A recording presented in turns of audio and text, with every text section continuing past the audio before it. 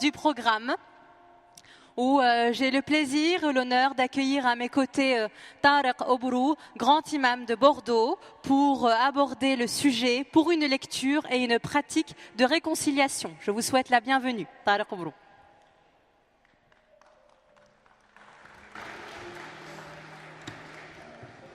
Alhamdulillah, wassalatu wassalamu ala rasulillah wa ala alihi wa sahbihi wa man wala.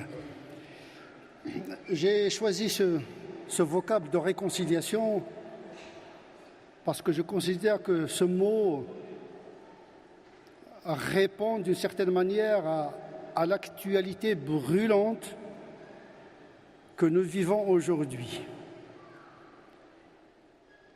Plus que jamais, le musulman a besoin de vivre une réconciliation qui commence d'abord par une réconciliation avec la transcendance. Le musulman ne peut pas être apaisé, ne peut pas être lucide dans la gestion de sa vie, dans la traversée du désert existentiel, s'il n'a pas un rapport apaisé, réconcilié avec le Créateur. Cette réconciliation avec Dieu et le monde commence par la pensée, par l'aqida, par une foi confiante, mais intelligente et interrogative. Le musulman est en marche vers Dieu, vivant parmi les hommes, conscient que le passage vers Dieu passe par les hommes, passe également par une réconciliation avec soi-même. Cette réconciliation avec le divin, avec la transcendance, commence par une foi éclairée. Je suis à l'image de ce que pense de moi mon serviteur. Autrement dit, tu auras le Dieu que tu mérites. C'est à toi de décider de quelle lecture tu as de ton Créateur. Mais ce Créateur t'a aidé, t'a donné des éléments pour le comprendre. Dieu s'est révélé à nous à travers plusieurs attributs, plusieurs qualités qui n'ont pas tous la même importance. Autrement dit, la relation à Dieu passe par l'essentiel de ses attributs. Et un des attributs qui permet de réconcilier le musulman avec la transcendance, avec lui-même et les autres, c'est l'attribut de rahma. Une rahma qui n'a pas de frontières, ni ethnique, ni religieuse, ni existentielle, et se manifeste aujourd'hui, et elle va se manifester avec une grande ampleur dans le delà. Notre Dieu, c'est un Dieu dont la miséricorde et la bonté est gratuite. C'est un Dieu de toute l'humanité. Rabbul Alamin. L'humanité et sa famille. Al-Khalqu Iyalullah. Parler de Dieu, c'est parler des humains en même temps. Un Dieu, malheureusement, qui est devenu absent derrière l'islam. Une religion presque sans Dieu, une prière sans Dieu, un hijab sans Dieu, une barbe sans Dieu, un jeûne sans Dieu. C'est-à-dire que ce Dieu, on l'a perdu dans le chemin. Or, l'essentiel se construit avec Dieu. Un cœur suspendu à la miséricorde de Dieu, c'est un cœur pratiquant qui pratique la plus importante des pratiques de l'islam, c'est-à-dire husnul dhanni wal i'tiqadi billah. Avoir une bonne croyance au sujet de Dieu, une croyance optimiste de Dieu. La foi est déjà une thérapie de l'âme. Elle apaise le croyant, elle relativise les épreuves de ce monde, il ouvre des horizons infinis pour l'existence, elle est tout sauf la désespérance. La taqnatu min rahmatillah. Tout discours qui angoisse le musulman, tout discours qui éloigne le musulman de cette miséricorde est une mauvaise interprétation, une mauvaise pratique de l'esprit en islam. C'est la source de la souffrance de beaucoup de musulmans que de mal penser Dieu.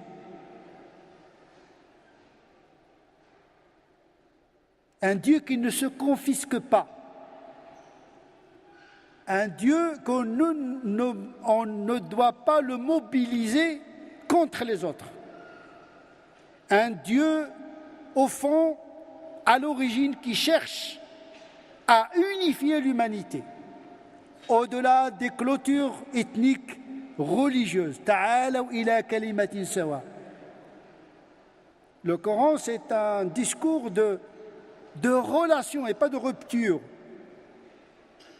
D'abord, une relation avec la transcendance qui permet une bonne relation avec soi-même pour pouvoir s'adonner à une relation apaisée et proximale avec les autres, musulmans ou non.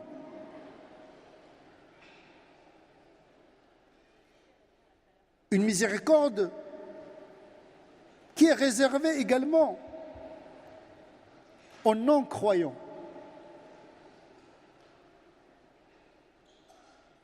لو يعلم الكافر ما عند الله من رحمة ما قنط من جنته أو ما يئس من جنته.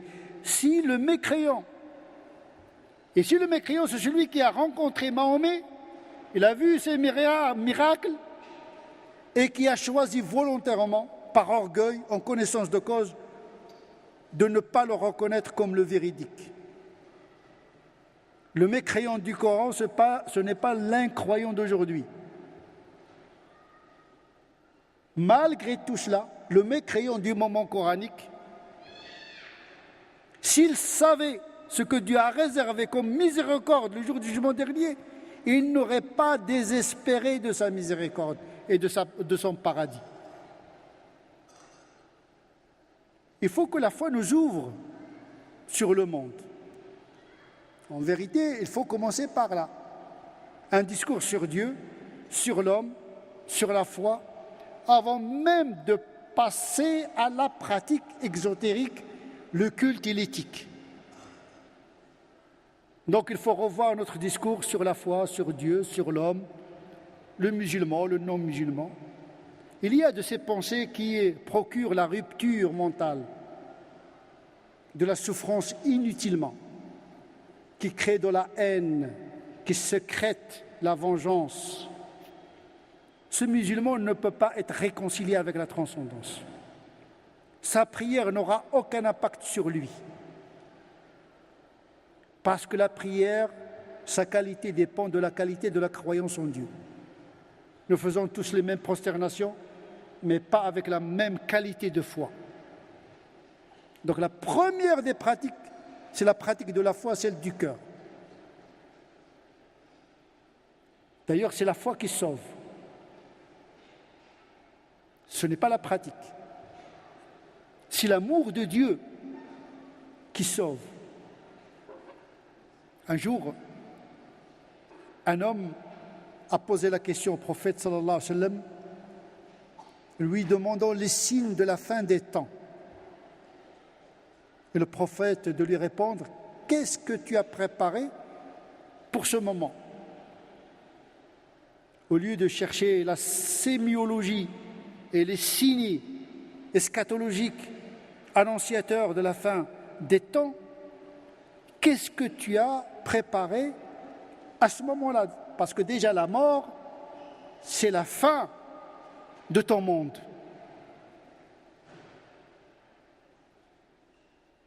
Et l'homme instinctivement, spontanément, a répondu: ô prophète, honnêtement, je n'ai pas préparé grande chose. Ma pratique est médiocre. Mon chemin vers Dieu est boiteux.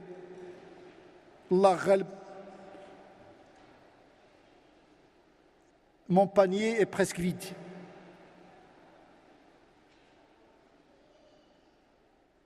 Sauf que j'aime Dieu et son prophète. L'homme, il a sous-estimé cette pratique du cœur. Comme beaucoup de musulmans aujourd'hui, ils sous-estiment les pratiques intérieures. Et le prophète de lui répondre: tu seras le jour du jugement dernier avec les gens ou les êtres que tu aimes. C'est-à-dire tu seras avec le prophète et Dieu. C'est-à-dire que l'amour de Dieu sauve, même s'il y a un déficit dans les pratiques. Parce que l'amour de Dieu, c'est comme l'amour des parents. On aime nos parents, mais on fait des bêtises. Et on les aime. Et nos parents nous aiment malgré les bêtises. Nous aimons nos enfants malgré les souffrances qu'ils nous procurent et les déceptions. Mais cet amour filial n'est jamais interrompu. Parce que le rahma, c'est un amour gratuit, sans retour. Takhallaqu bi akhlaqillah. Imitez Dieu. Soyez comme lui. D'ailleurs, quand on fait le jeûne, on fait comme Dieu. On ne boit pas, on ne mange pas, on ne copule pas. Il faut tendre vers la transcendance. Imiter le divin dans le champ du possible humain, en prenant en considération le principe de réalité. La yukallifu Allahu nafsan illa wus'aha. Un principe important. Chacun, il chemine vers Dieu en fonction de ce qu'il est. Il ne doit pas prendre le couloir d'autrui. L'essentiel, c'est de cheminer et pas d'arriver. Il n'y a pas d'obligation de résultat avec Dieu. Même en matière de croyance, on peut se tromper de aqidah. Mais tant qu'il y a une démarche sincère dans la quête de la vérité, peu importe ce qui nous a été demandé, c'est de chercher la vérité, pas de l'atteindre. Ce sont des principes qui permettent aux musulmans d'être plus en réconciliation avec un Dieu dont la miséricorde est d'une largesse infinie. Wa rahmati wasi'at kulla shay. Elle est universelle, sa'aktubuha, mais je vais la prescrire à ceux qui sont croyants, qui font la zakat. Donc il y a une grande miséricorde qui va toucher tout le monde, mais avec des degrés différents. Tout le monde est embrassé dans la miséricorde d'Allah. Personne n'a le droit d'exclure l'humanité de cette miséricorde. Et on ne réduit jamais l'incroyant à sa non-croyance, ni le pécheur à son péché, ni le criminel à son crime. C'est Dieu qui juge le jour du jugement dernier. Et il nous a informé qu'il va juger selon le paradigme de la miséricorde et non selon le paradigme de la justice. Dieu il est juste, mais il est surtout bon. Il va nous juger avec sa bonté et pas avec sa justice. La justice n'est qu'une menace qu'il ne va pas exécuter dans l'absolu.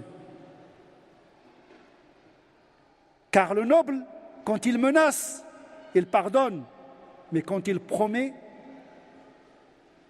il assure sa promesse. Deuxième réconciliation, c'est avec soi-même. Il faut se connaître. Prendre le temps de se connaître, de se lire. Chacun de nous est une bibliothèque, un livre.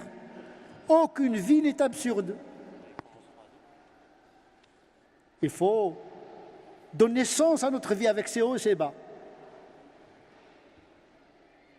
Et en fonction de cette réalité de chaque être, que nous devons établir un rapport avec la divinité et la pratique. Nous ne sommes pas égaux devant les obligations. Et donc à chacun d'avoir une démarche singulière parce qu'il n'y a d'universel que le singulier et le particulier. Il ne faut pas imiter le copain, ni le coreligionnaire, ni le voisin. Il faut chercher la vérité en nous et penser avec sa tête et pas avec la tête des autres. Il y a des gens qui préfèrent vivre par procuration. Ils regardent le monde défiler devant eux, ils s'identifient à des stars, à des acteurs, à des prédicateurs, à des danseurs et danseuses de ventre.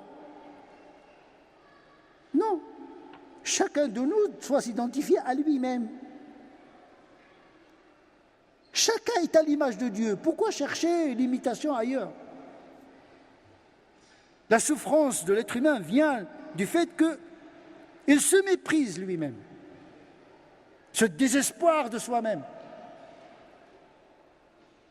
sachant que la vertu et la faute,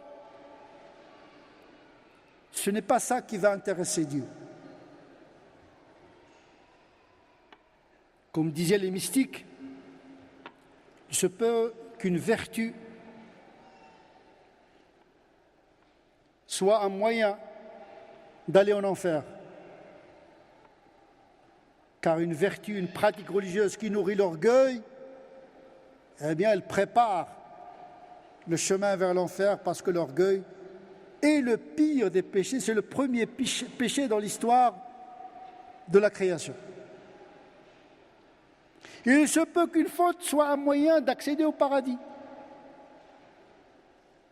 Parce que généralement, les pécheurs sont plus humbles que les pratiquants, entre guillemets. Celui qui fait les fautes, il a le cœur plié, brisé, humble, effacé, discret, attaché à la miséricorde d'Allah. Ce péché-là, c'est son salut. Ce péché-là, il est le bienvenu. Quand il vous pousse vers la miséricorde d'Allah. Et la pratique, lorsqu'il procure l'orgueil, il éloigne de la miséricorde d'Allah. Innama utitu ala ilmin indi. Il y a des gens, quand ils pratiquent, ils disent c'est par mon intelligence, j'ai fait l'effort, j'ai réussi, etc. Mais quand il échoue, il dit c'est Dieu qui a décidé. Donc, quand c'est bon, c'est pour lui, quand c'est mauvais, c'est pour Dieu.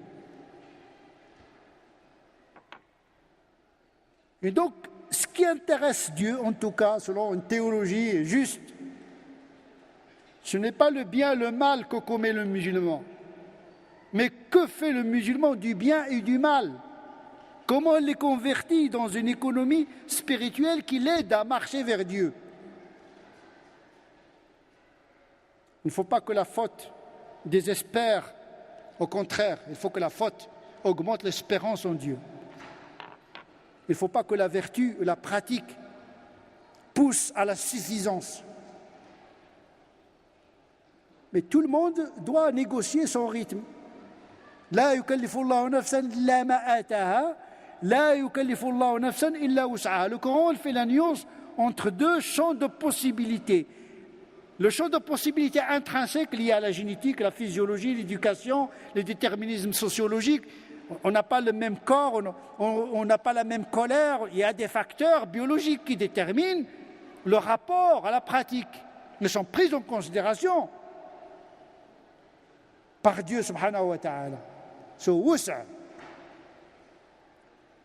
On n'a pas la même éducation. Il y a ceux qui ont la chance d'être éduqués dans une famille où on apprend la politesse, on apprend... Il y a ceux qui n'ont pas cette chance-là. Ils ne sont pas responsables. Leur liberté est limitée par l'éducation, par des facteurs génétiques, sociologiques, etc. Mais ils doivent faire l'effort de transcender cette condition dans le champ de leur possible.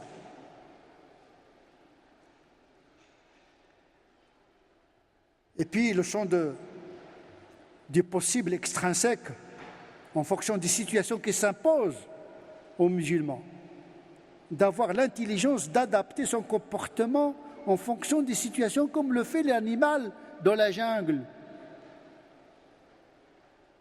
Après Dieu, le premier maître de l'homme, c'était l'animal. C'est de l'animal que nous avons appris dans notre primitive histoire. Comment construire des maisons, comment se défendre contre l'ennemi. C'est l'animal qui nous a appris ça. Comment s'habiller, imiter le plumage des oiseaux, l'esthétique que l'animal nous propose, la beauté des animaux, mais également la laideur à côté. L'animal nous a appris comment enterrer nos morts. Le corbeau, c'est le corbeau qui nous a enseigné le rite funéraire. Eh bien, l'animal nous apprend comment vivre dans une jungle civilisée qui est la nôtre. Parce que quand même, nous sommes dans une jungle civilisée de compétition. Le dominant, le dominé, etc. Les musulmans peuvent se trouver dans des situations où parfois il a le pouvoir, parfois il est dominé.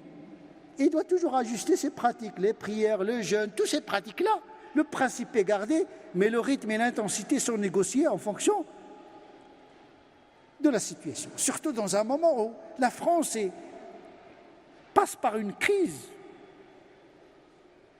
à juste raison, à cause de crimes perpétrés au nom de notre religion. Aujourd'hui, la société voit en chaque musulman un radicaliste potentiel. Parce que le radicalisme, c'est un phénomène qui ne prévient pas. Donc les musulmans sont otages d'une minorité de cinglés. Comment prendre en considération cette perception? Bien sûr, il y a le droit, il y a les principes de la République. Mais attention, la culture et les mentalités sont plus normatives que le droit et la Constitution. Et les musulmans doivent négocier, se réconcilier avec cette réalité provisoire, incertaine et inquiète. Et chercher à se réconcilier avec les musulmans et les non-musulmans en même temps. Comment se réconcilier avec les autres si on n'a pas une vision optimiste de l'être humain? Nous considérons que tout être humain est bon à l'origine, sauf accident. Donc on a une théologie du mal extrême mais pas radicale. Le mal il peut être extrême, mais n'est jamais ontologique et radical. La faute, le mal est une chute, est un accident, mais il n'est pas dans la nature ontologique de l'être humain. Quel qu'il soit, parce que chaque être humain est habité par un souffle déposé par l'ange. Qu'il soit d'origine chrétienne, bouddhiste, chaque être humain, il est né bon. Et donc nous devons avoir cette vision avec nos concitoyens qui n'ont pas forcément les mêmes perceptions du monde que nous, et de chercher une éthique commune et de se réconcilier non seulement avec le droit en vigueur, mais de se réconcilier avec les perceptions et les mentalités. Et je vous dis, salam alaikum wa rahmatullahi wa barakatuh, subhana rabbika rabbil izzati amma yasifun, wa salamun ala al-mursalin, walhamdulillahi rabbil alamin.